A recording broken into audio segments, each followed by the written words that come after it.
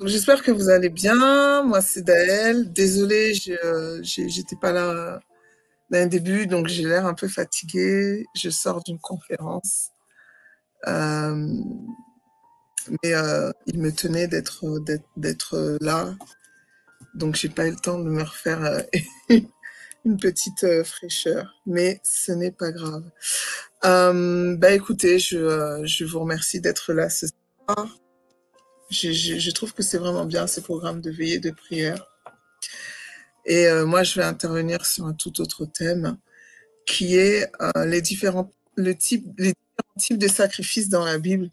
Je sais pas pourquoi j'ai à cœur de prier. D'habitude, je fais pas ça. Je préfère faire comme mon cœur me dit. On va prier ensemble si vous êtes là. N'hésitez pas à mettre vos prénoms dans le chat de, du direct YouTube et je vous saluerai tous. Mais je vais prier. Père éternel, en tout cas, Dieu Tout-Puissant, j'aimerais déjà te louer, te rendre grâce pour le souffle de vie. On a tellement l'habitude de se lever, de respirer, qu'on en oublie que c'est une grâce que tu renouvelles chaque matin. Et je te remercie aussi pour cette veillée, pour les auditeurs de Radio 3 Anges en direct ou en différé. Je te remercie pour les différents thèmes que tu nous donnes à chacun des intervenants. La Bible est tellement riche, il y a tellement de choses à dire. Mais tout nous parle de toi. Tout est regroupé en toi. Tout est en toi, pour toi, avec toi. Et donc, je veux te remercier parce que tu décides de te révéler au travers de cette parole, au travers des enseignements, que ceux qui sont malades puissent être guéris cette nuit, que ceux qui sont tourmentés puissent être délivrés, que ceux qui sont égarés puissent trouver le chemin. C'est au nom de Jésus que je t'ai prié. Amen. Ok. Donc voilà, je salue donc Colette, qui est une... en tout cas, je ne sais pas ton visage, mais ton prénom, je sais que tu es une fidèle auditrice. Voilà. Donc, salutations à Colette. Donc, comme je vous disais, moi, je vais intervenir sur les différents types de sacrifices dans la Bible. Et en fait, pour être très honnête, c'est la suite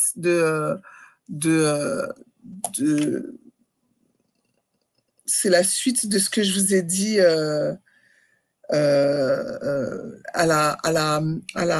j'allais dire à la retraite, excusez-moi, à la veillée dernière.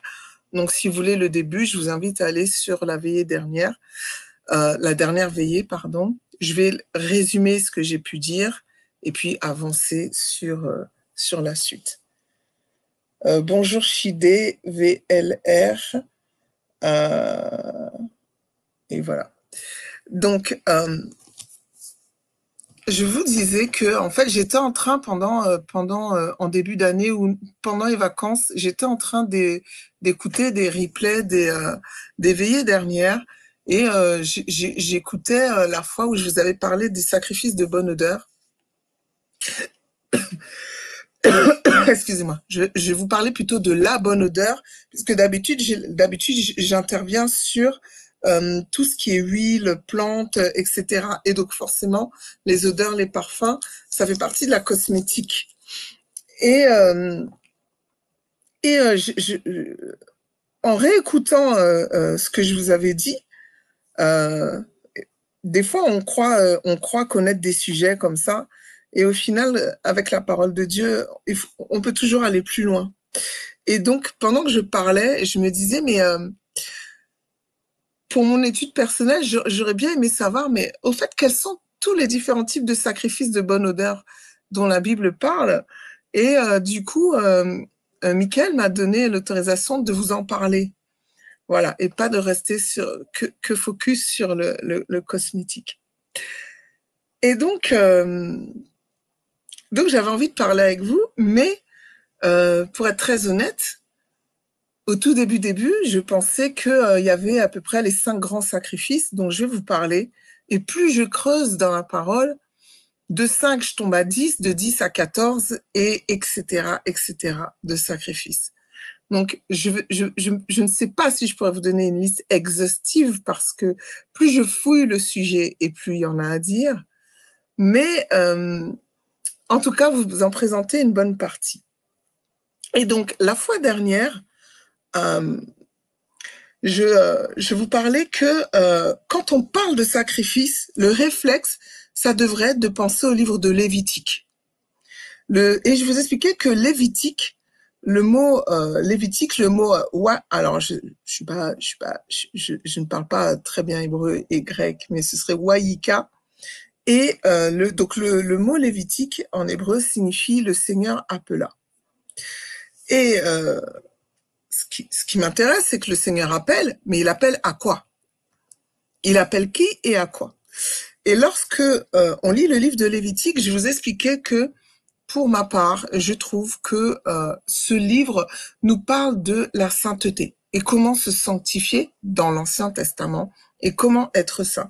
Parce que plusieurs fois dans la Bible, il est écrit dans les Lévitiques, soyez saints car je suis saint, vous serez saints car je suis saint, etc. Et donc pour moi, le livre de Lévitique est un livre profondément là pour parler de la sainteté, en tout cas comment se rendre saint pour lorsqu'on est appelé par Dieu pour se présenter devant Dieu. En tout cas, dans l'Ancien Testament, les amis, hein, d'accord? Le sacrifice ultime a été fait. Bref, mais il y a des choses à apprendre des ombres. C'est des ombres, des choses à venir. Je referme la parenthèse. D'accord. Et pourquoi ça m'a intéressé quand même de parler des sacrifices? Parce que un Pierre, donc dans le Nouveau Testament, je vous disais, il est écrit, puisque celui qui vous a appelé est saint, vous aussi soyez saints dans toute votre conduite, selon qu'il est écrit, vous serez saints car je suis saint. Donc Pierre reprend ces expressions qui sont données dans le Lévitique.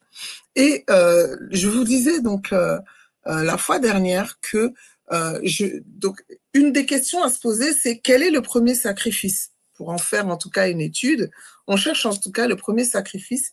Et je vais très vite, comme je vous ai dit, c'est juste pour introduire pour ceux qui n'étaient pas là. Mais donc, soit on peut décider d'étudier le sacrifice de Jésus, puisque il faut savoir que la Bible dit qu'il a été prédestiné. Et donc, ce que nous croyons, et d'autant plus, je vous expliquais que la chronologie de la pensée hébreu n'est pas celle de la pensée occidentale d'aujourd'hui, où nous on pense linéaire, tandis que eux pensent en boucle comme ça. Et donc ce qui était passé est aussi à venir. Ce qui était passé, c'est magnifique. Quand on étudie Dieu, le passé est une prophétie de ce qui est à venir. Par exemple, on va dire que il y a une lutte entre Satan et Dieu, il est tombé. C'est ce que la plupart de nous, les chrétiens, disons. Or, si vous lisez dans le Nouveau Testament, Jésus dit, je voyais Satan tomber. Pourtant, il était déjà tombé, non? Et puis, il va tomber combien de fois de son trône? Et certains érudits expliquent que oui, ce qu'on lit dans l'Apocalypse parle du passé, que Satan est bien tombé, mais il va parler aussi d'un futur à venir où Satan va se battre et tombe. Donc, je ne suis pas là pour parler d'eschatologie, de machin, etc. Mais c'est pour vous dire que la pensée, et si vous étudiez l'Apocalypse et la Genèse, vous voyez que ces deux livres sont en miroir. On retrouve les arbres, on retrouve la lumière, on retrouve les eaux, etc., etc. Donc, la pensée hébreu n'est pas notre pensée occidentale. Et donc, on pourrait parler du premier sacrifice comme étant celui de Jésus, mais je l'ai mis de côté parce que, alors là, on en sait plein de choses et en même temps, on n'en sait rien. C'est tellement profond, etc. Donc, et puis, donc voilà, j'ai zappé. On aurait pu aussi parler de ce fameux sacrifice, puisque je vous expliquais que la Bible nous dit que lorsque l'homme et la femme ont péché, ils ont été recouverts d'une bête, d'une peau d'une bête, donc du cuir. Hein. Mais je vous expliquais que malheureusement, la Bible ne nous donne pas de détails précis sur ce sacrifice. Ainsi, certains pasteurs disent que c'était certainement un agneau, mais la Bible ne le dit pas, qui aurait représenté le Christ. Et je dis pas non, pourquoi pas. Mais en même temps, dans la tradition juive, eux, ils penchent selon les mots qui sont utilisés dans la Bible. Parce que vous savez qu'en hébreu, voilà, un mot veut dire aussi beaucoup de choses. Et en un seul mot. Par exemple, je vous donne un exemple. Se souvenir, en hébreu, il y a 9 mots dans l'Ancien Testament et 9 mots dans le Nouveau Testament pour se souvenir. Ça fait 18 mots pour parler du verbe de se souvenir. Tandis qu'en français, on a quoi? Se souvenir, se rappeler, et puis après, c'est tout. Vous voyez? Donc, si on a 9 mots, 18 mots, c'est autant de définitions pour chaque mot.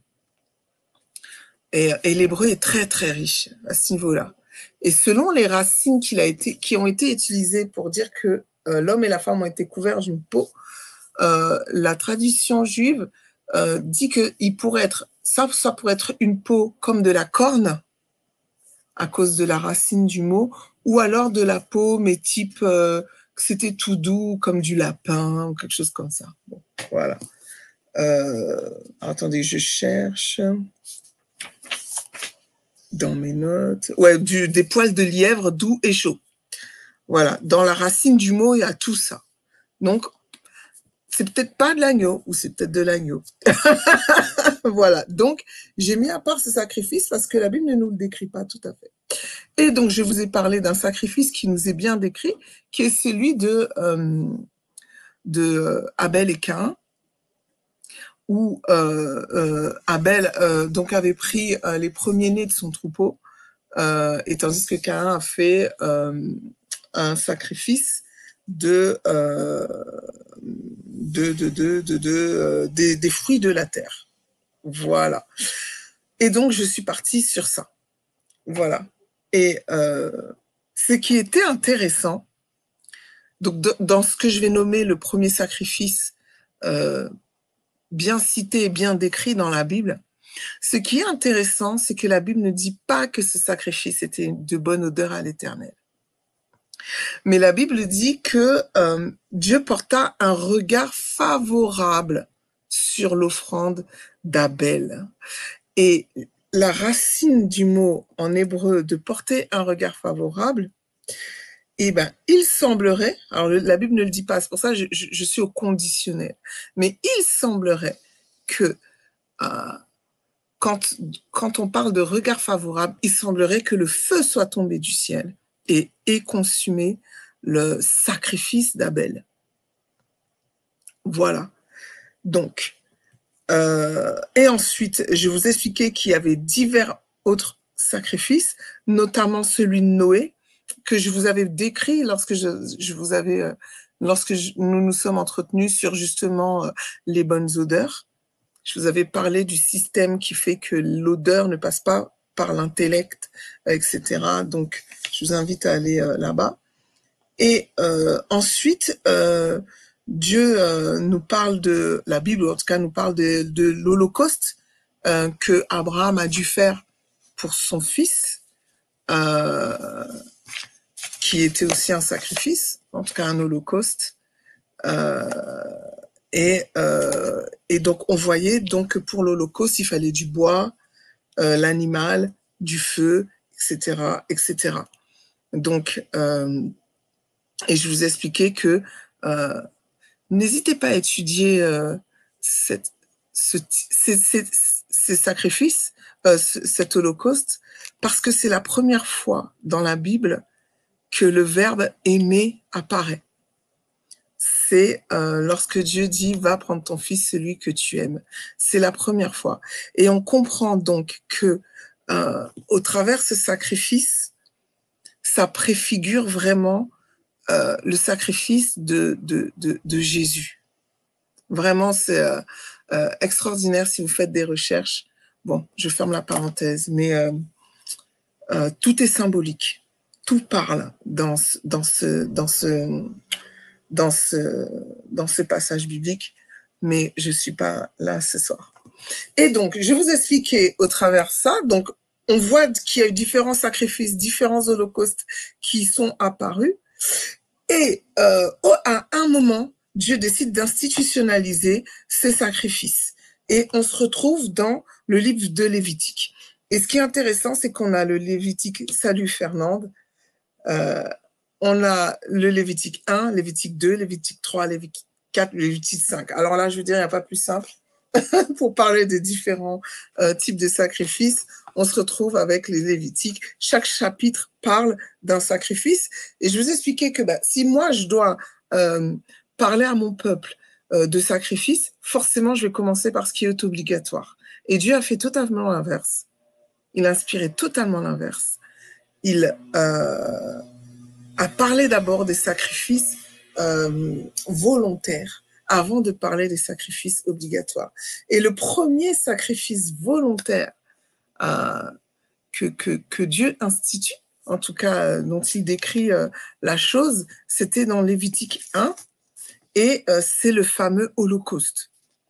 Alors, je ne vais pas tout vous décrire, puisque, comme je dis, c'est un résumé de la fois dernière, mais l'objectif, je vous dis juste l'objectif, c'était de racheter les péchés en général, et c'était un acte volontaire d'adoration, c'était un acte d'expiation pour les péchés accidentels en général.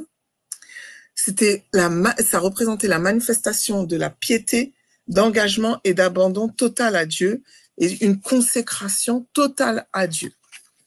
Donc, voilà. Ensuite, je vous ai parlé de l'offrande végétale, qui est une de mes préférées, et que certains vont appeler sacrifice de reconnaissance. Mais en vrai, c'est vrai que c'est pas, entre guillemets, il n'y a pas d'être vivant. Il n'y a pas d'ovin, de bovin ou quoi que ce soit. Donc, c'est pour ça que, au lieu de parler de sacrifice de reconnaissance, on trouve plutôt dans la Bible l'offrande végétale, qui est aussi volontaire. Et je vous avais parlé des différentes sortes d'offrandes. Donc, je vous invite à écouter la fois dernière. Il y avait 5 sortes d'offrandes. Alors, je ne sais pas si je vous l'ai dit, je n'ai pas le souvenir de ça. Mais voilà en quoi le peuple juif se différenciait des peuples alentours. On a trouvé des écrits du temps des Romains, donc, où dans la religion des Romains, on faisait des sacrifices donc à des idoles, et on offrait aussi des fruits, du froment, de la farine, de la mie de pain avec du sel, du froment grillé et rôti. Et parmi les Grecs, on faisait aussi des sacrifices avec du vin, de l'huile, et c'était en général ce qu'on appelait le sacrifice des pauvres. Et la différence entre les sacrifices donc des Romains ou des Grecs et les sacrifices des Hébreux, c'est que, alors déjà, il arrivait que, et ça je vais vous le dire tout à l'heure, on pouvait faire plusieurs types de sacrifices en même temps. Mais les Romains, en général, donc ils mettaient l'offrande végétale, donc l'huile, etc., sur la bête, tandis qu'elle était vivante, tandis que les Hébreux, eux, se différenciaient parce que eux, ils jetaient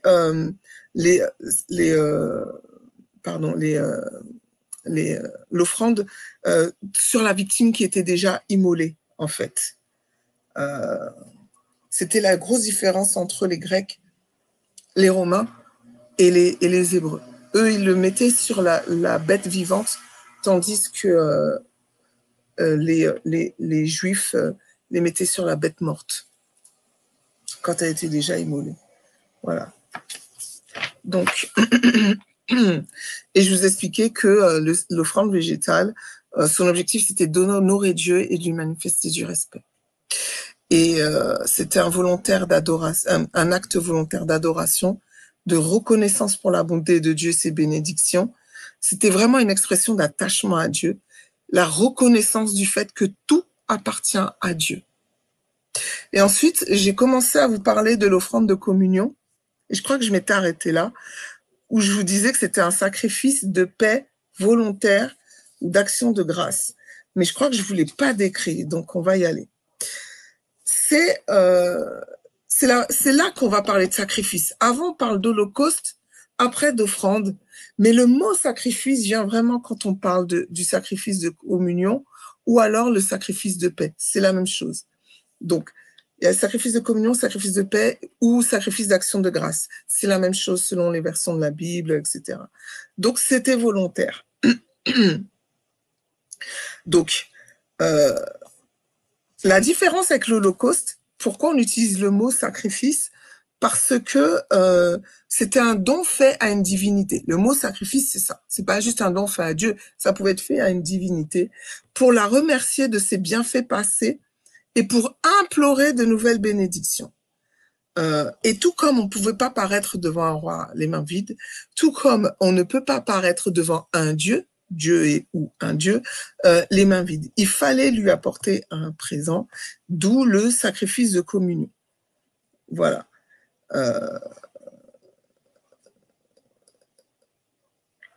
Faut savoir que dans les temps anciens, on servait aux dieux que des choses qui servaient aux hommes, que les hommes mangeaient ou buvaient, etc. Et au bout d'un moment, les hommes se sont rendus compte que, bien sûr, leur divinité ne mange pas. Elles ne sont pas vivantes. Merci, Nathalie. Elles sont pas vivantes. Et en tout cas, elles n'ont pas besoin de la même nourriture qu'un homme physique sur cette terre. Donc, les hommes, ensuite, se sont dit, bah, ce qu'on va faire, on va brûler ces offrandes pour offrir un parfum. Puisque les dieux sont immatériels, on va leur offrir quelque chose d'immatériel, à savoir les odeurs de ces sacrifices ou de ces offrandes. Et on estimait que lorsque il y avait un sacrifice de bonne odeur, ça apaisait la divinité et ça lui apportait une entière satisfaction. Voilà. Donc, ce qui est intéressant dans le sacrifice de communion ou le sacrifice de paix ou le sacrifice d'action de grâce, je vous redonne à chaque fois les 3 mots pour dire c'est un sacrifice. Et ce que je trouve très beau, c'est qu'il faut comprendre que ce type de sacrifice n'était pas justement fait pour créer un lien entre Dieu et l'homme.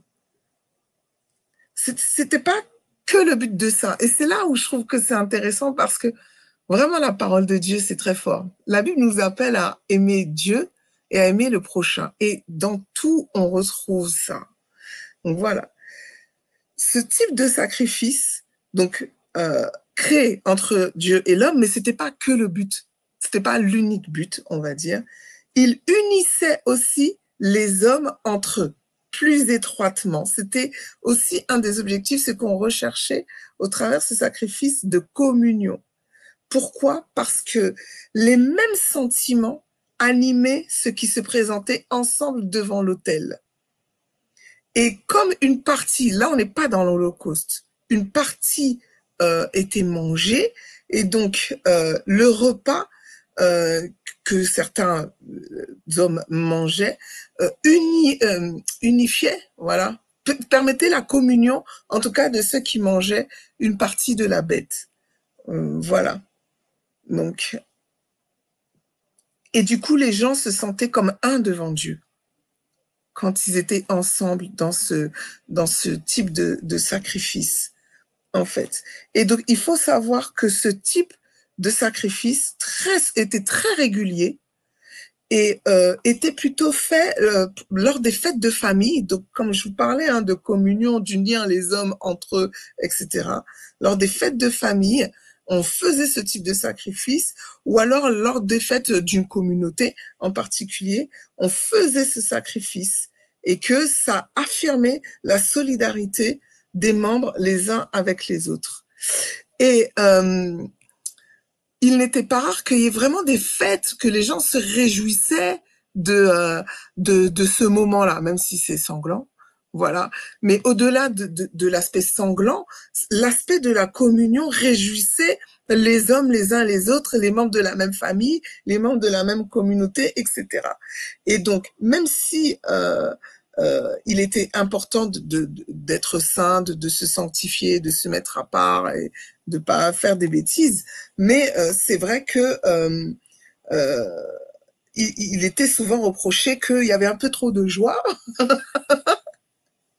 Les gens buvaient un peu beaucoup. Et ce qu'on retrouve dans le passage de Samuel, c'est 1 Samuel 1, je pense, hein, au tout début.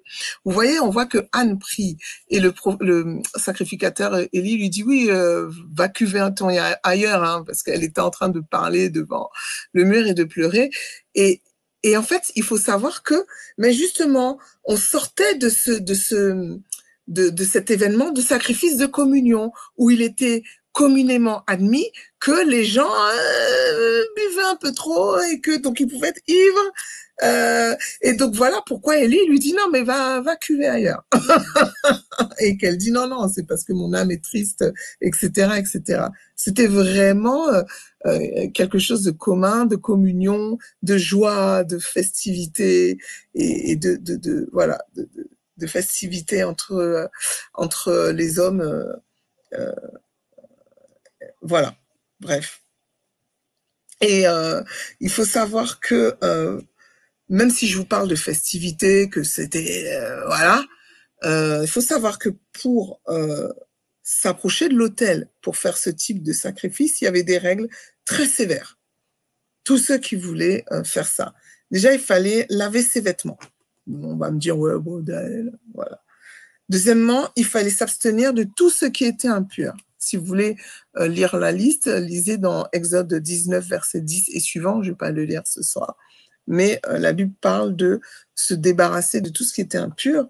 Et il fallait renoncer aux rapports conjugaux pendant quelques jours. Et ça, vous pouvez le voir dans 1 Samuel 21, verset 5. Par exemple, je crois que c'est le passage dans 1 Samuel 21, on voit que David s'approche avec ses hommes de là où on faisait les sacrifices, et David dit, non, non, mais mes hommes et moi, ça fait 3 jours qu'on n'a pas eu de relation conjugale. Voilà, c'était le minimum requis pour pouvoir faire ce sacrifice. Donc, même si je vous parle de fêtes, de machin, etc., il y avait quand même des règles. Alors, lisons le passage, Lévitique 3, parce que là, c'est le 3e sacrifice dont je parle, donc on est dans Lévitique 3. Lorsque quelqu'un offrira un sacrifice d'action de grâce, s'il offre gros bétail, mâle ou femelle, il l'offrira sans défaut devant l'Éternel. Il posera sa main sur la tête de la victime. Il égorgera à l'entrée de la tente d'assignation, à l'entrée de la tente d'assignation. Et les sacrificateurs, fils d'Aaron, répandront le sang sur l'autel tout autour.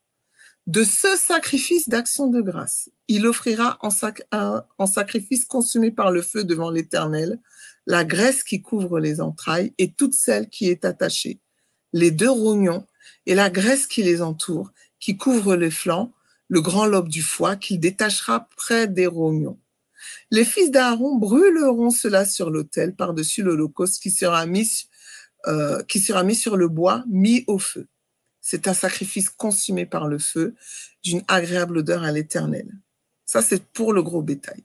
S'il offre du menu bétail, mâle ou femelle, en sacrifice d'action de grâce à l'Éternel, donc mâle ou femelle, hein, il l'offrira sans défaut. S'il offre en sacrifice un agneau, il le présentera devant l'Éternel. Il posera sa main sur la tête de la victime qu'il égorgera devant la tente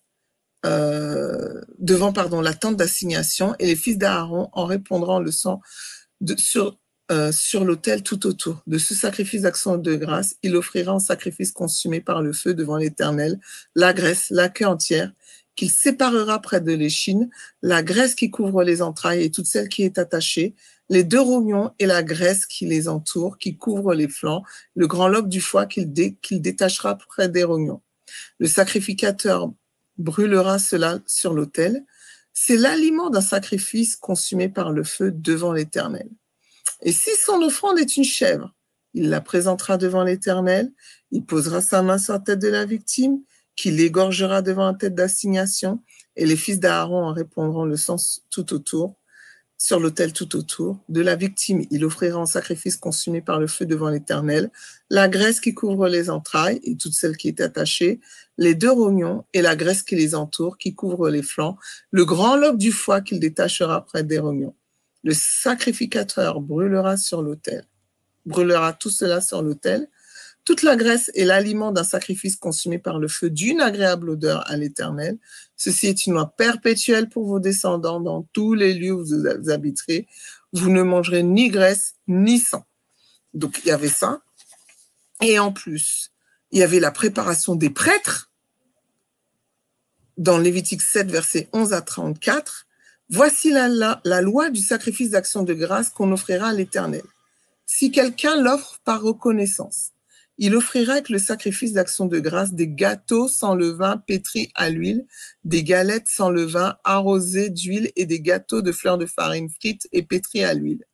À ces gâteaux, il ajoutera du pain levé pour son sacrifice, donc du pain levé avec de la levure, pour son offrande, avec son sacrifice de reconnaissance et d'action de grâce. Donc, comme je vous disais, les sacrifices étaient rarement seuls. Il y avait souvent d'autres offrandes à côté. On présentera par élévation à l'Éternel une portion de chaque offrande, et elle sera pour le sacrificateur qui a répandu le sang de la victime d'action de grâce. La chair du sacrifice de reconnaissance et d'action de grâce sera mangée le jour où il est offert, et on n'en laissera rien jusqu'au soir. Comme je vous disais, dans les sacrifices, une partie était mangée. Si quelqu'un offre un sacrifice pour l'accomplissement d'un vœu ou comme offrande volontaire, la victime sera mangée le jour où il l'offrira, et ce qui en restera sera mangé le lendemain. Ce qui restera de la chair de la victime sera brûlé au feu le 3e jour. Dans le cas où on mangerait de la chair de son sacrifice d'action de grâce le 3e jour, le sacrifice ne sera point agréé. Il fallait manger frais. Il n'en sera pas tenu compte à celui qui l'a offert. Ce sera une chose infecte, et quiconque en mangera sera chargé de sa faute. La chair qui a touché quelque chose d'impur ne sera point mangée, elle sera brûlée au feu.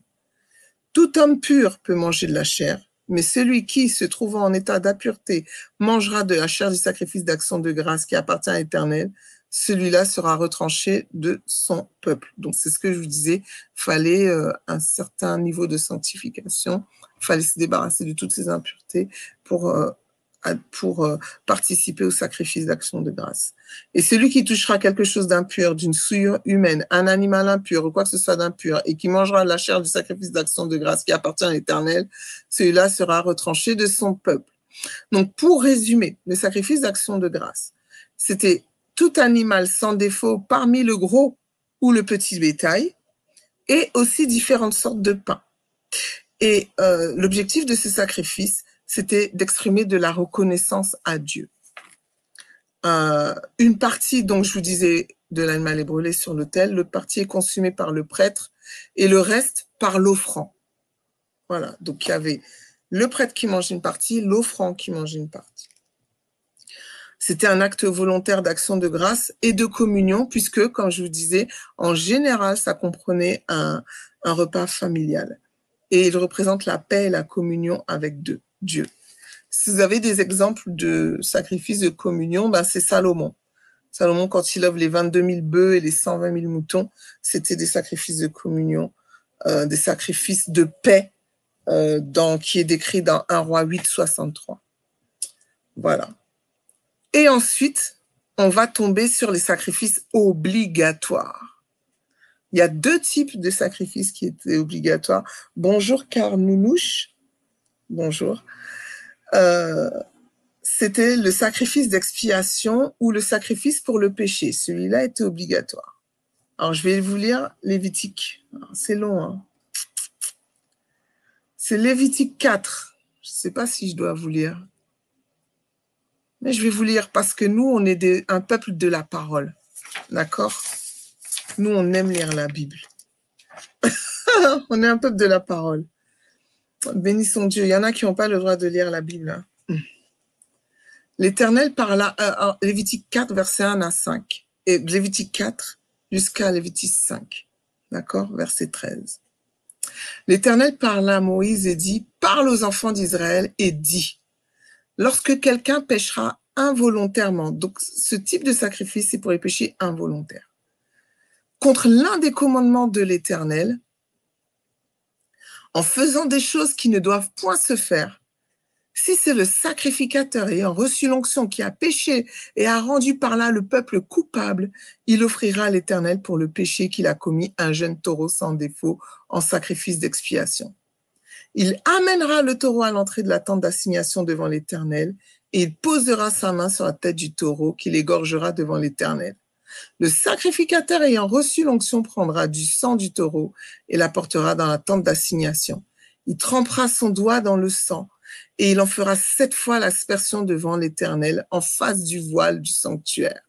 Le sacrificateur mettra du sang sur les cornes de l'autel, des autels odoriférants qui est devant l'Éternel, dans la tente d'assignation, et il répandra tout le sang du taureau au pied de l'autel des holocaustes qui est à l'entrée de la tente d'assignation. Il enlèvera toute la graisse du taureau expiatoire, la graisse qui couvre les entrailles et celle qui est attachée, les 2 rognons, la graisse qui les entoure, qui couvre les flancs, le grand lobe du foie qu'il détachera près des rognons. Le sacrificateur enlèvera ces parties comme on les enlève du taureau dans le sacrifice d'action de grâce, et il les brûlera sur l'autel des holocaustes. Verset 11.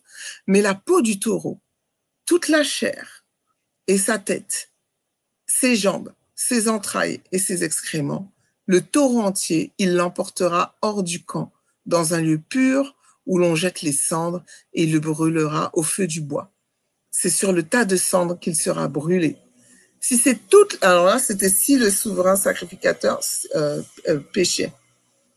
Si c'est toute l'assemblée maintenant qui a péché involontairement et sans s'en apercevoir, en faisant contre l'un des commandements de l'Éternel des choses qui ne doivent point se faire et se rendant ainsi coupable, et que le péché qu'on a commis vienne être à découvert, l'assemblée offrira un jeune taureau en sacrifice d'action d'expiation, et l'on amènera devant la tente d'assignation.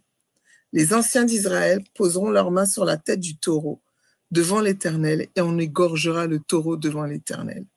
Le sacrificateur ayant reçu l'onction apportera du sang du taureau dans la tente d'assignation. Il trempera son doigt dans le sang. Il en fera 7 fois l'aspersion devant l'Éternel en face du voile.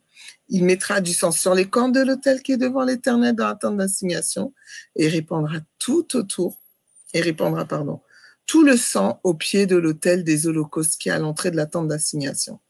Il enlèvera toute la graisse du taureau, il la brûlera sur l'autel. Il fera de ce taureau comme du taureau expiatoire. Il fera de même. C'est ainsi que le sacrificateur fera pour eux l'expiation et il leur sera pardonné. Et donc pareil, il emporte le taureau hors du camp, qu'il brûle, etc. Je vais essayer d'accélérer.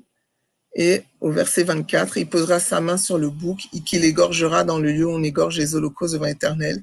C'est un sacrifice d'expiation. Donc voilà. Ça, c'est si c'est un chef qui a péché. On refait la même chose. Voilà. Avec un bouc, on refait la même chose. Je vais essayer d'accélérer. Donc, il y avait vraiment la description pour chaque corps chaque caste, c'est peut-être pas des castes, du peuple. Ce que je vais faire, je vais accélérer.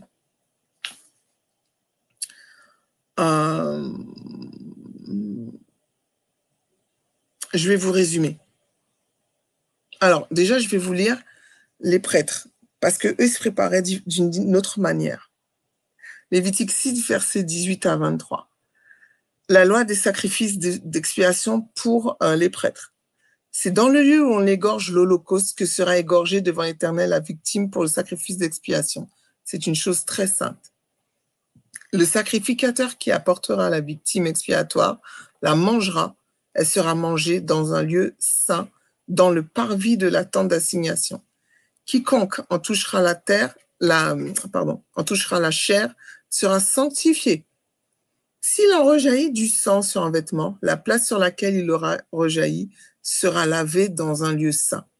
Le vase de terre dans lequel elle aura cuit sera brisé, et c'est dans un vase d'airain qu'elle a cuit, et le vase d'airain dans lequel il a cuit sera nettoyé et lavé dans l'eau. Tout mâle parmi les sacrificateurs en mangera, c'est une chose très sainte. Mais on ne mangera aucune victime expiatoire dont on apportera du sang dans la tente d'assignation pour faire l'expiation dans le sanctuaire. Elle sera brûlée au feu. Donc, ils avaient vraiment un traitement à part. Et donc, je vous résume. Pour le grand prêtre de l'Assemblée qui péchait involontairement, il fallait qu'il offre un jeune taureau. Pour les princes, donc ce que certaines versions appellent les princes, c'était les chefs des tribus. Il fallait apporter un bouc. Pour l'Israélite moyen, il fallait apporter une chèvre ou un agneau. Pour les pauvres, il fallait apporter une tourterelle. Et pour les très pauvres, donc le Seigneur aussi a pensé aux très pauvres, il fallait apporter un 10e d'épha de fleurs de farine. Un 10e d'épha, ça représente à peu près 3 kilos de fleurs de farine. Voilà. C'était un sacrifice, comme je vous disais, pour les péchés commis par inadvertance. Donc, le but, c'était de racheter des péchés involontaires qui étaient dus à l'impureté. Par exemple, je ne sais pas, vous avez touché une carcasse sans faire exprès, ou vous avez touché une femme qui avait ses règles. Voilà, vous ne saviez pas qu'elle avait ses règles, forcément, elle n'allait pas le dire. Et voilà. Et vous vous en rendez compte. Donc ça rachetait des péchés involontaires qui étaient dus à l'impureté. Donc, je citais des exemples, à la négligence ou à l'inattention. Le but, c'était aussi la confession du péché, le pardon du péché, la purification de la souillure. Le but de ce sacrifice, donc, c'était de rétablir la communion avec Dieu, la reconnaissance de la gravité du péché. Voilà, on connaît que c'est grave et on désire rentrer dans cette communion avec Dieu. Ensuite, sacrifice obligatoire.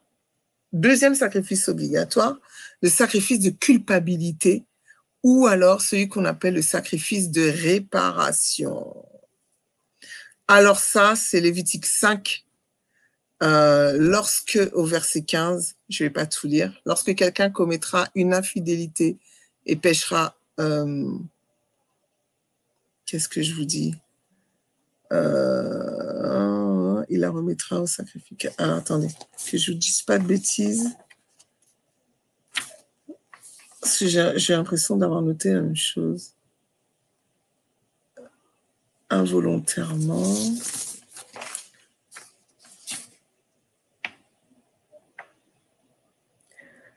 Et puis en plus, comme je vous ai dit, je sors mon truc.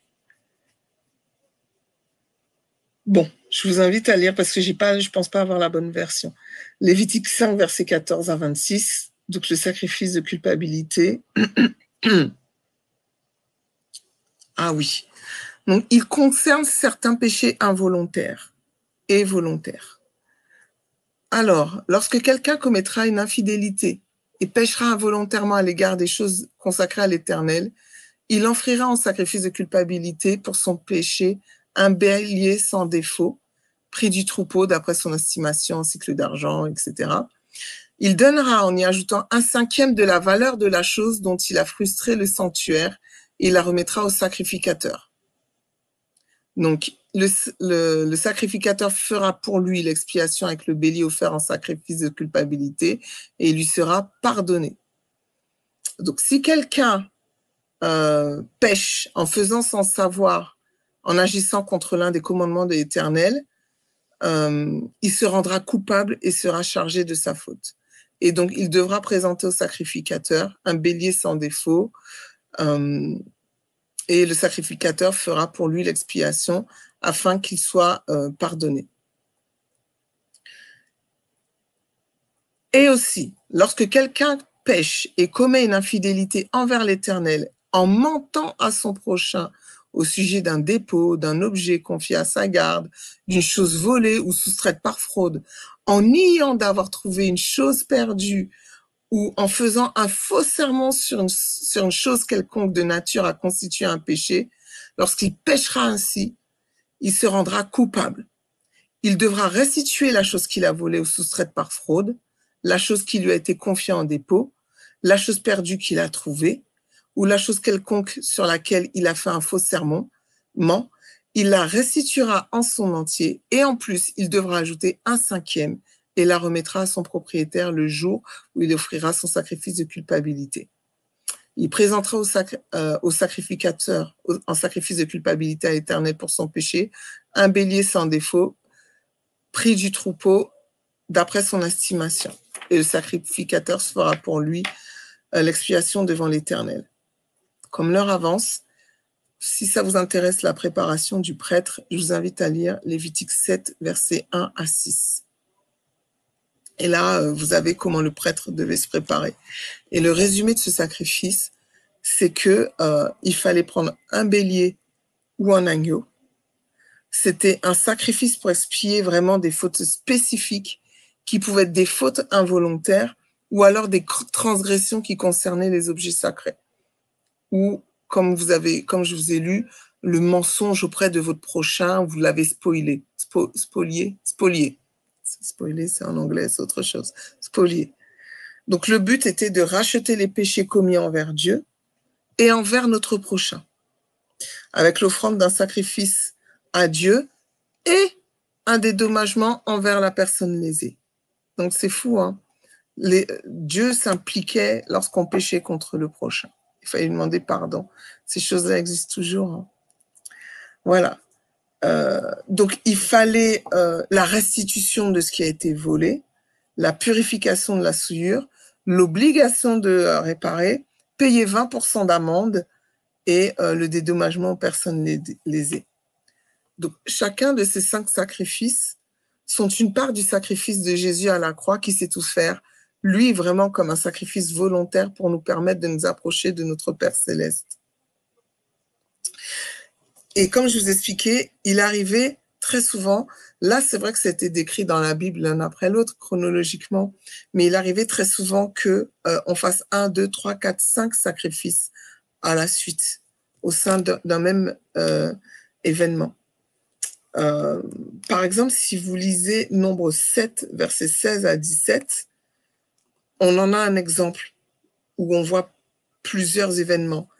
Si vous décortiquez bien en hébreu ce passage, ces 2 versets, vous voyez que on faisait d'abord le sacrifice pour le péché ou le sacrifice de réparation, c'est-à-dire le sacrifice obligatoire parmi les 2 sacrifices obligatoires. Ensuite, on faisait un holocauste. Ensuite, on faisait le sacrifice de paix ou d'action de grâce en même temps que l'offrande végétale. Et donc, vous voyez, dedans, vous avez tous les sacrifices réunis. Et cette séquence n'était pas rare. Elle était très souvent comme ça, en fait. Un des 2 sacrifices obligatoires, l'holocauste, le sacrifice de paix ou de communion, comme je vous ai dit, où là, c'est plus moi et Dieu, c'est moi, Dieu et les autres, avec l'offrande végétale. C'était assez fréquent, en fait, chez les Hébreux. Et donc, dans l'ordre dans lequel c'était fait, montre qu'il fallait d'abord régler le problème du péché. Il fallait d'abord régler le problème du péché. Et ensuite, par les autres sacrifices, une fois qu'ils ont réglé le problème de leur péché, volontaire ou pas, les fidèles s'engageaient totalement envers Dieu au travers justement de l'holocauste et l'offrande végétale. Et ensuite, ils essayaient, entre guillemets, de rétablir cette communion avec le prêtre, la famille, la communauté. Donc, vous voyez que c'était très important. Franchement, ces derniers temps, j'invite souvent les gens, il y a beaucoup de chrétiens qui sentent que oui, mais moi je suis seule avec Dieu, ça me suffit. Je vous dis que c'est un mensonge. Avant, je pensais comme ça, hein, mais je vous dis que c'est un mensonge. Plus vous lisez la Bible, déjà, un des 4 piliers de l'Église, c'est la communion. Vous ne pouvez pas être un chrétien isolé. C'est pas possible. Je suis désolée de ce que je choque, mais ce n'est pas possible. Et plus vous étudiez la Bible, plus vous voyez l'intérêt et l'importance de la communion pour Dieu. Bon, je ferme la parenthèse. En tout cas, le lien avec Christ en qualité de sacrifice parfait. Premièrement, l'Holocauste. Il représente la mort de Christ, le sacrifice parfait. Deuxièmement, l'offrande végétale, le lien avec Christ, c'est que Christ, l'homme parfait, s'est entièrement donné aux autres, pardon, et à Dieu. Ça, c'est la deuxième signification. Troisièmement, merci pour les likes. Merci pour RT1. Le sacrifice de communion représente Christ, le seul chemin qui mène à la communion avec Dieu. Quatrièmement, le sacrifice d'expiation, c'est la mort de Christ qui restaure notre communion avec Dieu. Et le sacrifice de culpabilité, c'est la mort de Christ qui annule les conséquences mortelles du péché. C'est fou comment il a fallu 5 sacrifices pour nous parler un peu de ce que Christ a fait à la croix. Tellement c'est important, on est obligé d'en faire ça. Mais il faut savoir que dans la Bible, il y avait d'autres types de sacrifices. Il me reste quelques minutes, donc je vais vous parler. Là, je vous ai parlé des 5 grands principaux sacrifices, mais il faut savoir qu'il y avait d'autres types de sacrifices, notamment les sacrifices de vœux ou d'engagement. Donc, ce sont des sacrifices qui étaient offerts en accomplissement d'un vœu fait à Dieu. Ça, on le voit dans la Bible. Tu fais un vœu à Dieu. Voilà, Anne, elle dit, voilà, Seigneur, donne-moi un fils et je te le donnerai. En général, avec ce vœu-là, si tu me donnes un fils, je te l'offrirai. Eh ben, on accompagnait cela d'un sacrifice. Donc, ça s'appelle un sacrifice de vœu ou un sacrifice d'engagement pour différents types de vœux. Donc, comme je vous ai dit, Anne, on en voit un exemple. Et la signification de ce sacrifice, c'était l'accomplissement d'un vœu fait à Dieu. Là, on avait la foi, on croyait que vraiment le vœu était accompli. Ensuite, il y a le sacrifice. Alors, Anne, vous voyez son sacrifice dans 1 Samuel 1, verset 24 à 28. Et vous voyez aussi ce sacrifice dans Lévitique 7, verset 16 et Nombre 6, 21. Le sacrifice des premiers-nés. Ah ben oui, parce que j'en ai pas parlé. C'était une offrande des premiers fruits de la récolte ou des premiers-nés du bétail en reconnaissance de la provision de Dieu. Les premiers-nés, il faut savoir que les premiers-nés d'un bétail étaient automatiquement consacrés à Dieu et les premiers-nés humains devaient être rachetés. Ça, vous le voyez dans Exode 13, versets 2 et 13. Et donc, pour les instructions pour ce type de sacrifice des premiers-nés, vous en avez la description dans Lévitique 27, versets 26 et 27. Et la signification, je ne lis pas les passages, hein, la signification du sacrifice des premiers-nés, c'était la reconnaissance de la souveraineté de Dieu. Et c'est là qu'on retrouve le sacrifice d'Abel, parce qu'il a offert les premiers-nés de son troupeau. Donc, il reconnaissait la souveraineté de Dieu dans sa vie. Voilà. Et comme je vous avais dit la fois dernière, l'offrande de Caïn, c'est pas qu'elle était nulle. Hein. Enfin, de base, on peut offrir. Caïn avait offert ce qu'il avait. C'est un agriculteur. Et vous avez vu que dans le sacrifice, l'offrande végétale, on peut offrir. Il n'y a pas de problème. Mais en général, le type de sacrifice que Caïn faisait devait être accompagné d'autres choses. Deuxièmement, je vais vous dire les autres raisons pour lesquelles ça n'a pas été agréé. Mais certains me disent que oui, c'est parce que c'était pas un animal. Vous allez voir que c'est pas ce que la Bible dit. Et je vais vous expliquer dans 2 minutes, dans 5 minutes. Voilà.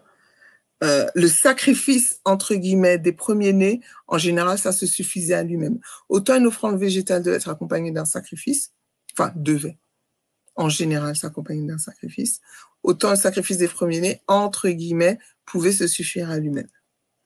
Ensuite, il y avait un autre sacrifice, c'était le sacrifice des jours de fête et des sabbats. Donc, spécialement pour ces moments-là. Donc, c'était des sacrifices offerts lors des fêtes religieuses et des sabbats, qui incluaient des holocaustes et des sacrifices de paix. Mais ça, on appelle ça sacrifice des jours de fête et des sabbats, même si, quand on décortique, c'est des holocaustes et des sacrifices de paix. Et ça, vous pouvez le voir, par exemple, pour Pâques. Chaque famille israélite devait sacrifier un agneau sans défaut et appliquer son sang sur les montants de la porte. Ça, c'est un sacrifice des jours de fête. Pour la Pentecôte ou Shavuot, l'offrande de 2 pains levés avec des sacrifices de paix. Pour la fête des tabernacles ou Sukkot, Plusieurs sacrifices étaient offerts chaque jour pendant la fête. Et la signification de ces sacrifices, c'était célébrer les actes salvifiques, donc les actes de salut que Dieu faisait. La référence biblique, vous verrez ça dans nos 28 et 29. Ensuite, on a le sacrifice d'installation. Alors là, c'est des sacrifices spécifiques pour l'inauguration des prêtres et du sanctuaire.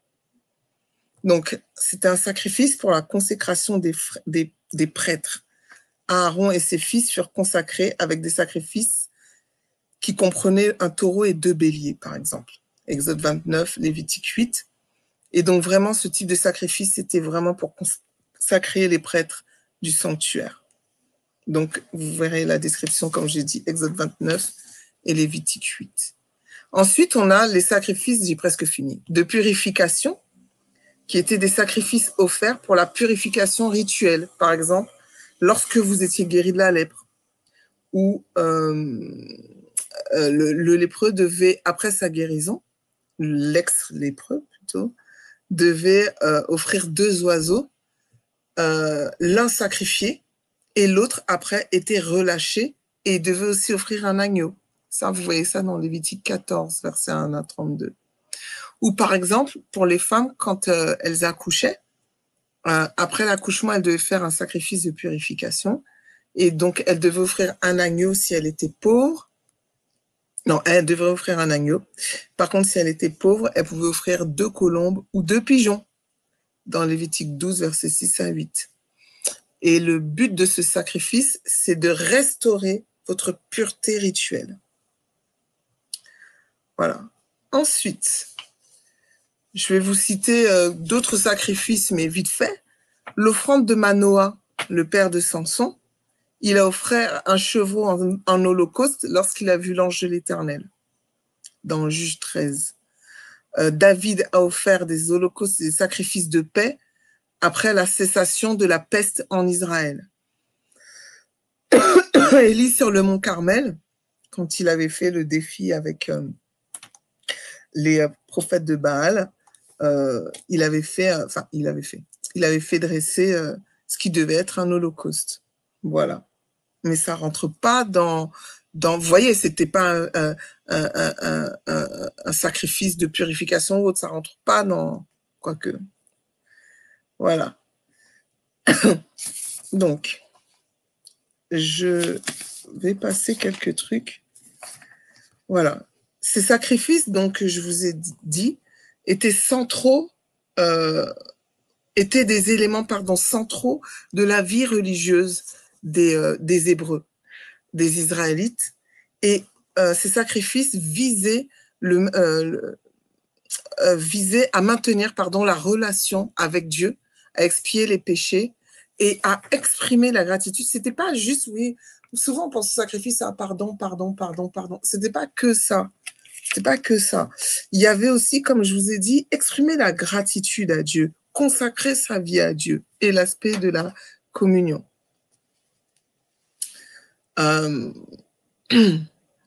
Donc, je vais vous parler vite fait, revenir sur le sacrifice de Abel pour boucler la boucle. Donc, on a vu, vous verrez ça dans Genèse 4, je ne vais pas le lire parce que je l'avais lu la fois dernière, mais on voit que Abel offre donc, comme je vous ai dit, les premiers-nés de son troupeau et de leur graisse, tandis que Caïn offre les fruits de la terre. Et en fait, quand on regarde ce passage, ça montre l'importance de l'attitude du cœur et la qualité de l'offrande. Abel avait offert ce qu'il avait de meilleur. Il avait démontré sa foi envers Dieu parce qu'il avait offert les premiers-nés de son troupeau. Tandis que l'offrande de Caïn il semblerait qu'elle n'ait pas été faite de la même dévotion ou de la même qualité. La Bible dit qu'il offra des fruits de la terre. Et quand on regarde en hébreu, en gros, ça veut dire les trucs qui sont tombés, les éléments qui n'étaient pas forcément les meilleurs. Voilà, c'est tombé de l'arbre, ça a peut-être commencé à pourrir depuis quelques jours. Et visiblement, il semblerait que c'est ça qui avait été offert. Le surplus, voilà, ce qui était déjà tombé, les fruits de la terre. Et donc, la réaction de Dieu face aux offrandes, elle a des répercussions. Mais comme je vous dis, c'est pas l'offrande en elle-même que Dieu a sanctionné. C'est le cœur derrière. C'est le cœur derrière. Abel, c'est sa foi qui ont été approuvées par Dieu. Et on va le lire dans quelques minutes. Et tandis qu'on voit bien que le cœur de Caïn n'est pas bon. Pourquoi? Parce que de base, c'est un homme jaloux, en colère. Il va jusqu'à tuer son frère. Donc, quand même, je veux bien que des fois on soit en colère, mais aller tuer ton frère, de ta même mère, de ton même père, et le meurtre n'existait pas encore n'existait pas dans l'humanité. Le premier meurtre, c'est lui. Vous voyez, donc on sent déjà que Caïn n'a pas une bonne racine, j'ai envie de dire. Donc, la Bible dit en Hébreux 11, verset 4, que c'est par la foi qu'Abel offrait à Dieu un sacrifice plus excellent. C'est la foi qui fait que vos sacrifices est excellent que celui de Caïn. Premièrement, c'est la foi. Et c'est par la foi qu'il a été déclaré juste, Dieu approuvant ses offrandes. Et c'est par la foi qu'il parle encore quoique mort. Donc, ce verset souligne la foi d'Abel qui était le motif d'acceptation de son sacrifice par Dieu. Et je ne l'ai pas noté dans mon truc. Et ça me fait penser pourquoi Dieu dit, oui, mais moi, je prends plus plaisir à l'obéissance qu'à les sacrifices. Et même dans le Nouveau Testament, en faisant cette étude, je voyais beaucoup de choses où Jésus disait, mais moi, je ne suis pas venu chercher des sacrifices. Voilà. Il est venu chercher un cœur. Je ne dis pas qu'il ne faut pas faire de sacrifices. Vous allez comprendre pourquoi à ma conclusion. Voilà. Abel, dans Matthieu 23, est considéré comme juste. Voyez, afin que tombe sur vous tout le sang innocent répandu sur la terre depuis le sang d'Abel le juste. Abel était juste. Voilà. 1 Jean 3, verset 12 dit que Caïn, ne serons pas comme Caïn, qui était du malin et qui tua son frère. Et il n'a pas tué... c'est pas parce qu'il a tué son frère qu'il était du malin. Il était du malin, voilà pourquoi il a tué son frère. Voilà. Et pourquoi le tua-t-il? Parce que ses œuvres étaient mauvaises. Vous voyez? C'est pas parce qu'il l'a tué qu'il est devenu mauvais, qu'il a fait des œuvres mauvaises. C'est parce qu'il faisait déjà des œuvres mauvaises qu'il a tué son frère. Voilà. Ça, c'est dans 1 Jean 3, verset 12. Et donc, on voit le contraste donc, entre la justice d'Abel, Abel le juste, et Caïn le méchant. Mais le sang d'Abel ne vaut pas le sang de Jésus. Hébreux 12, verset 24, vous êtes approchés de Jésus, le médiateur d'une nouvelle alliance, et du sang de l'aspersion qui parle mieux. Oui, il était déjà gâté. Caïn était déjà gâté, comme on me dit dans les commentaires. Et vous êtes approchés de Jésus, le médiateur d'une nouvelle alliance, et le sang de l'aspersion qui parle mieux celui d'Abel. Quand on lit ce passage, on comprend que le sang d'Abel, on a l'impression quand même qu'il appelle à une certaine justice. Je ne vais pas dire vengeance, mais en tout cas qu'il appelle à une certaine justice de Dieu, tandis que le sang de Jésus appelle à la rédemption. Il n'y a pas mieux que le sang de Jésus. Abel est souvent cité comme un exemple de foi et de justice. Son sacrifice était acceptable à Dieu en raison de sa foi sincère. Oui, Nadia, amen. Abel est considéré donc comme le premier martyr victime de l'injustice de son frère. La mention de son sang dans Hébreux montre que les témoignages d'Abel continuent de parler à travers les âges, soulignant l'importance de la foi et de la justice. Voilà. Donc Abel représente ce modèle de piété et de fidélité à Dieu. Son histoire met en lumière la réalité de la jalousie et de la violence humaine, tout en affirmant la justice divine. Et je vais terminer avec Romains 12, verset 1. Donc, parce que c'est la fin, je vous exhorte donc, frères, par les compassions de Dieu, à offrir vos corps comme un sacrifice vivant, saint, agréable à Dieu, ce qui sera de votre part un culte raisonnable. Je sais que beaucoup d'entre nous, on veut plaire à Dieu et c'est une bonne chose. Mais on le fait du mauvais côté. On le fait avec nos forces, on le fait avec nos cœurs. Et on aura beau faire tous les sacrifices du monde, ça ne sera pas agréé par Dieu. Si de base, vous n'avez pas offert votre corps comme un sacrifice saint, agréable à Dieu. C'est ça le culte raisonnable. Le but n'est pas de faire des sacrifices pour faire des sacrifices. C'est parce que vous êtes comment dire, c'est parce que vous êtes tellement rempli de l'esprit que le sacrifice découle de vous. C'est pas le sacrifice qui vous rend saint. La Bible dit que nous sommes saints. Et c'est parce qu'on est saint qu'on fait des sacrifices. Et en plus, comme on est un peuple de sacrificateurs, on fait des sacrifices. Vous voyez? Donc, je vous enjoins, il y a beaucoup de choses à dire sur le sacrifice, il y a beaucoup de secrets sur le sacrifice, il y a beaucoup de choses que l'on peut faire en termes de sacrifice. Et nous-mêmes, on peut être un sacrifice de quoi? On peut être un holocauste, on peut être une offrande de végétale, on peut être toutes ces choses-là spirituellement, prophétiquement parlant. Mais le plus important, c'est pas tant le sacrifice que l'on donne, c'est l'attitude, le cœur, comment on arrive à être agréable à Dieu. Et c'est pas les sacrifices qui fait ça. C'est pas les sacrifices là qui fait ça. C'est le Saint-Esprit, le sang de l'agneau, l'amour même que l'on a envers Jésus, c'est parce que c'est lui-même qui nous le donne. Parce qu'on peut pas aimer un Dieu comme ça. Déjà, on peut pas s'aimer les uns les autres. Donc, c'est Jésus qui fait tout ça en nous, le Saint-Esprit qui fait tout ça en nous. Et donc, vraiment, je vous enjoins à étudier ces choses, qui sont une très bonne chose, mais à demander l'aide du Saint-Esprit pour être ce sacrifice vivant, tout comme Jésus l'a été, et continue de l'être, puisque je vous ai dit que prophétiquement parlant, si vous lisez l'Apocalypse, on parle de l'agneau immolé. Pourtant, il avait déjà été immolé, mais là encore, on reparle de lui. Donc, le sang continue de couler, le sang continue de purifier. C'est bon, ça, il faut lire Hébreu. Voilà. Oui, c'est exactement ça, Nadia et Nathalie. C'est avec nos forces, on a perdu d'avance. Autant on a la victoire d'avance avec Jésus, autant on a perdu d'avance avec nos forces. Voilà, j'ai un peu débordé, mais on m'a fait commencer en retard. Donc j'espère que vous me pardonnerez. Et puis, si vous n'avez pas de questions, je vous laisse pour la suite du programme.